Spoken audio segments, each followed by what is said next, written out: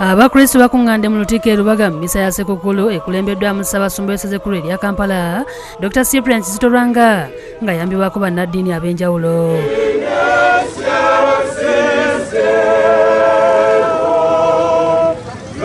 Misa etandise ku ssaawa 4 ez'okumakya era nga yeetayemu abakungu okuva mu gavumenti y'Emmenga bakulembeddwamu Omulangira David Wasajja Kintu, ssaako abavudde mu gavumenti ya wakati nga bakulembeddwamu baminisita babeezi, okubadde ow'ebyensimbi Fred Omach n'ow'ebyenjigiriza ebisookerwako Dr. Jesse Muyingo.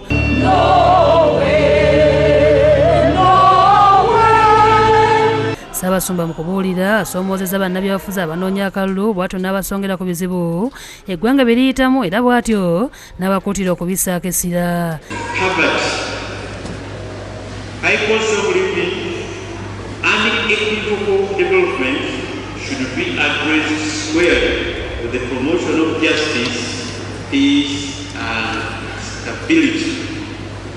Avumidde bannabyabufuzi abatandise okwessaako enkomerera z'ebyokwerinda ssaako n'obubinja obugenda mu maaso n'okuba abantu emiggo n'ennyamira olw'abakwasisa amateeka kubanga tewali likkiriza bintu nga bino. Ssaabasumba era asabye gavumenti esomese abaana ku ngeri gye bayinza okwetandikirawo emirimu mu kifo ky'okuginoonya. The new mushrooming security programs being promoted by candidates, it appears that each candidate is building up a militia force, which is very, very dangerous for the security of our nation. Ye Minisita Omach asuubiza Eklezia nga gavumenti bw'erina enteekateeka y'okwongera okuyambako mu kumaliriza omulimu gw'okuddaabiriza ekigo ky'abajulizi e Namugongo era n'asaba Bannayuganda okubeera abakaka mu kiseera kino eky'okulonda. Ate Omutuumba Kalidinaali Emmanuel Wamala asinzidde mu kuyimba misa gy'akulembeddemu ku Eklezia ensambya ku ssaawa 4 ez'okumakya n'avumirira ebikolwa eby'ettemu ebiri mu ggwanga ebirabikira ku mikutu gy'amawulire egy'enjawulo.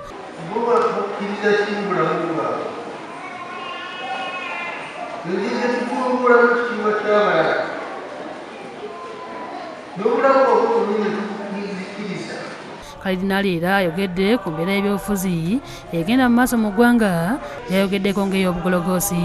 Bireeteddwa bannayuganda ffenna okulondawo politics ow'omugologoosi, gologosi politics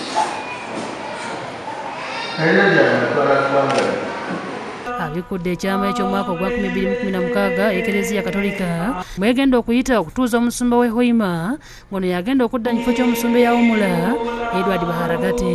Okusaba kujjumbiddwa nga n'abamu ku bakristu batudde wabweru era nga mu Eklezia mbadde mutimbiddwa bulungi nga bataddemu n'ekisibo omuzaaliddwa omwana Yesu Kristo.